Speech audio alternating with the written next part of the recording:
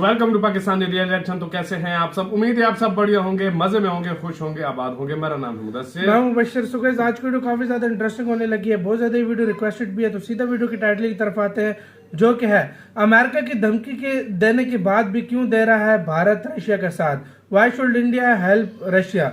मतलब अब जैसा कि आपको पता है, अमेरिका ने धमकी भी दी थी पिछले दिनों और मतलब बोला था कि एक रशिया का साथ न दो, लेकिन फिर भी इंडिया एक साथ दे रहा है। और ये क्यों दे रहा है, इसके पीछे का रीजन क्या है, आज के हम वीडियो में जानेंगे। मिस्टिकल हैंड का वीडियो, इनकी वीडियो का लिंक मिल जाएगा आप लोगों को डिस्क्रिप्शन में। तो बिना किसी देरी के देखते हैं भाई, मजा आएगा। काउंटडाउन करते हैं, स्टार्ट।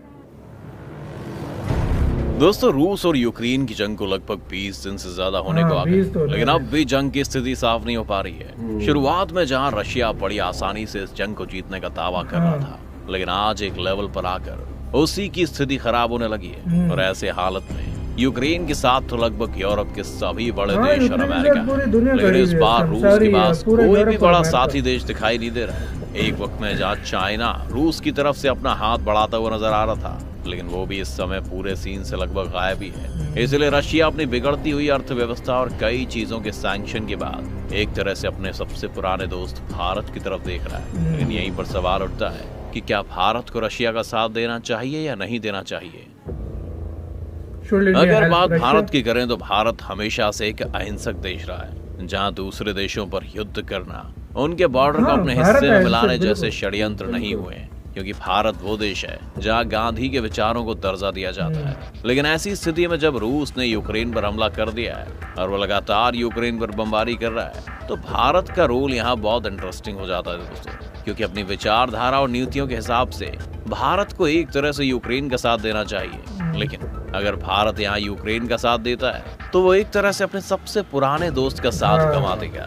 इसलिए सबसे पहले हम ये जानते हैं कि भारत को रशिया का साथ क्यों देना चाहिए। क्योंकि इस समय भारत अगर यूक्रेन का साथ देता है तो वो एक तरह से इन पश्चिमी देशों का साथ देगा जो पूंजीवाद की आंधी दौड़ में लगे हुए हैं और जिन्होंने भारत को जब भी जरूरत पड़ी है तब उसका साथ देने से बचे हैं। भारत ने जम्मू कश्मीर से अनुच्छेद 370 को हटाया था तो इन देशों ने भारत की आलोचना की थी। गलवान में जब चीन ने धोखे से भारतीय सेना पर हमला किया तब भी ये देश भारत के साथ खड़े नहीं हुए थे। 1999 के कारगिल युद्ध में भी भारत को इन देशों का साथ नहीं मिला था। तब भारत चाहता था कि अमेरिका अपनी सैटेलाइट की मदद से कारगिल में छिपे पाकिस्तान के सैनिकों की लोकेशन उसे बताए, लेकिन अमेरिका ने इस मदद से भी इनकार कर दिया था, जिस कारण भारत को इस जंग में मुश्किलात का सामना करना पड़ गया था, जिसमें भारत की मदद करने को एक बार फिर अगर कोई आया तो वो रूस ही था। और वो रूस ही था जिसने कश्मीर मुद्दे में भारत का साथ दिया था। भारत को रूस का साथ इस समय इसलिए भी देना चाहिए क्योंकि इस युद्ध के बाद एक नया वर्ल्ड ऑर्डर बनेगा। वर्ल्ड ऑर्डर का मतलब ये होता है कि पूरी दुनिया में वो कौन से देश हैं जो आगे आने वाले समय में पूरी दुनिया को एक तरह से अपने तरीके से चलाएंगे। एग्जाम्पल के लिए अगर देखें तो दूसरे विश्व युद्ध के बाद 1945 से 1990 तक दुनिया में दो महाशक्तियां थी, एक अमेरिका और दूसरा सोवियत संघ यानी यूएसएसआर। लेकिन 1991 में सोवियत संघ के विघटन के बाद एक पूरी दुनिया में यूनिपोलर वर्ल्ड ऑर्डर बन गया था, जिसमें सत्ता का एक ही मुख्य केंद्र था, अमेरिका।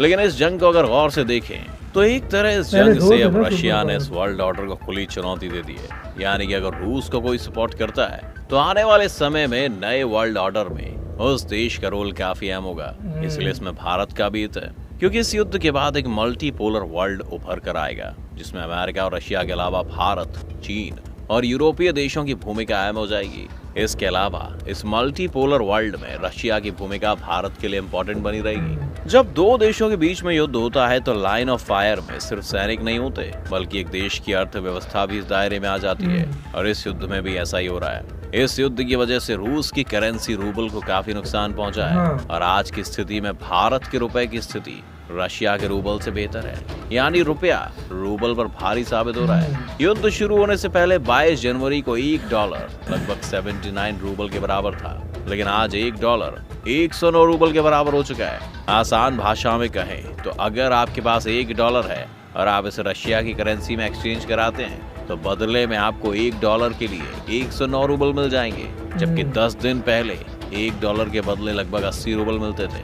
अगर रुपए से रूबल की तुलना करें तो युद्ध शुरू होने से पहले 22 फरवरी को 1 रुपया लगभग 1 रूबल के बराबर था, लेकिन अब 1 रुपया लगभग 1.5 रूबल के बराबर हो गया है। इस हिसाब से अगर आपके पास 100 रुपए हैं तो वो 146 रूबल बन जाएंगे, जो कि ये दिखा रहा है कि इकोनॉमिक्स के हिसाब से ये जंग भारत के लिए एक तरह से बेहतर है। इसके अलावा जब से रूस पर यूरोपीय यूनियन और अमेरिका ने मिलकर उसके सेंट्रल बैंक और इंटरनेशनल पेमेंट गेटवे पर रोक लगाई है, तब से रूस में आम जनजीवन बहुत खराब हो रहा है, जिस कारण रूस अपने इंटरनेशनल बैन के बाद इंटरनेशनल पेमेंट गेटवे के लिए भारत से बात कर रहा है कि भारत अपना सर्वर रूस के साथ साझा करे। अगर ऐसा होता है तो भारत को रशिया से इस सेक्टर में भारी इन्वेस्टमेंट मिल सकता है और रशिया के बाद भारत और भी देशों के साथ अपने पेमेंट सर्वर को साझा करके अच्छा रेवेन्यू कमा सकता है। इसके अलावा चूंकि रूस के क्रूड ऑयल पर पूरी तरह बैन लगा दिया गया है, जिस कारण रूस अपना कच्चा तेल कहीं नहीं बेच पा रहा है, लेकिन वो भारत को एक बड़े बाजार की तरह भी देख रहा है। इसीलिए अगर भारत इस सिचुएशन में भी रूस के कच्चे तेल को अपने देश में आयात करवाता है तो ऐसी स्थिति में भारत में कम दामों पर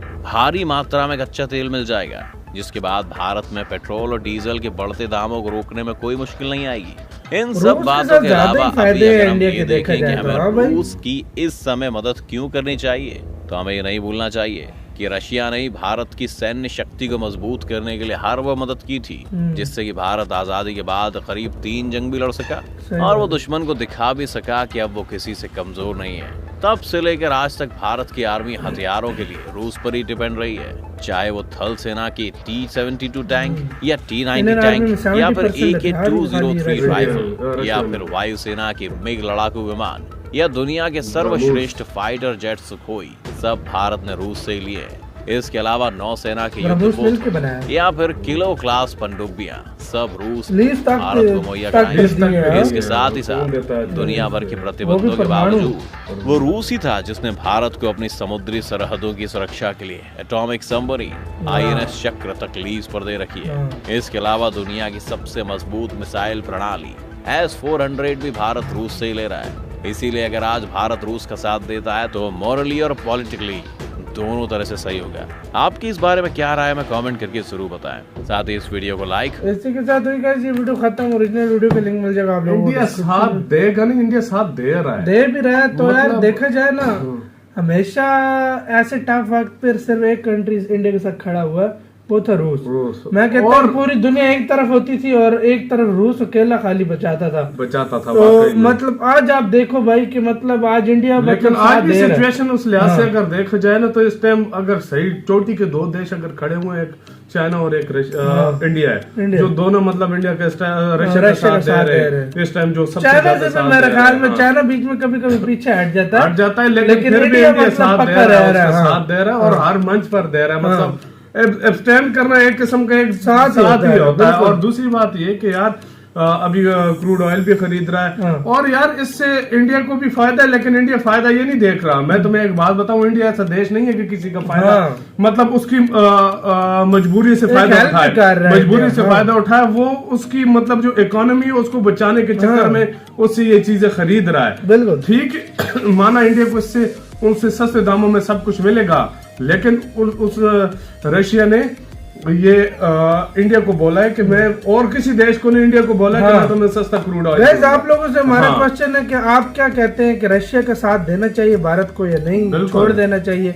कमेंट सेक्शन में बताओ। नहीं छोड़ना चाहिए, मतलब हम तो यही बोलेंगे। आपका क्या कहना है कमेंट सेक्शन में बताओ। इधर वीडियो खत्म करते हैं। अपना बहुत ज्यादा ख्याल रखना।